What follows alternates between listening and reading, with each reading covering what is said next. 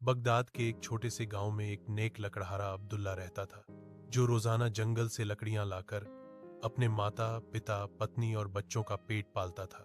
मगर जब अकाल पड़ा तो घर में खाने को कुछ न रहा। पत्नी और बच्चे भूख से बिलखने लगे।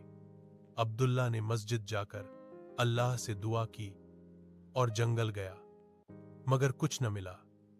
मायूस होकर बैठा तो उसे झाड़ियों में से एक चमड़े की थैली मिली, जो सोने की अशर्फियों से भरी थी।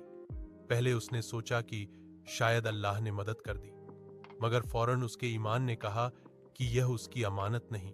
वह बाजार के चौक में खड़ा होकर आवाजें लगाता रहा, हत्ता कि एक अमीर ताजिर आया, जिसने निशानी बताकर थैली वापस ले ली। उसने खुश होकर अब्दुल्ला को 30 अशर्फियां इनाम दी। अब्दुल्ला घर जाने लगा तो रास्ते में उसने एक गरीब आदमी को कर्जदार की गिरफ्त में देखा। कर्ज 30 अशर्फियां था।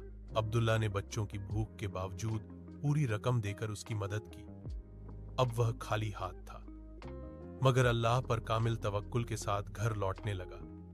घर पहुंचा तो खाना तैयार था और पत्नी ने बताया कि बादशाह के सिपाही राशन और तोहफे देकर गए हैं और बादशाह ने दरबार में बुलाया है।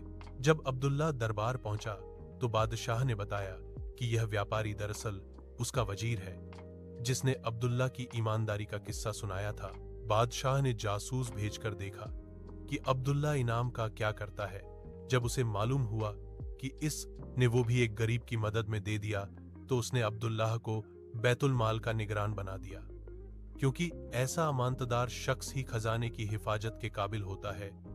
यूं अल्लाह ने उसके सब्र, ईमान और एसार का सिला दुनिया में ही इज्जत व रिज़्ज़त की सूरत में दे दिया।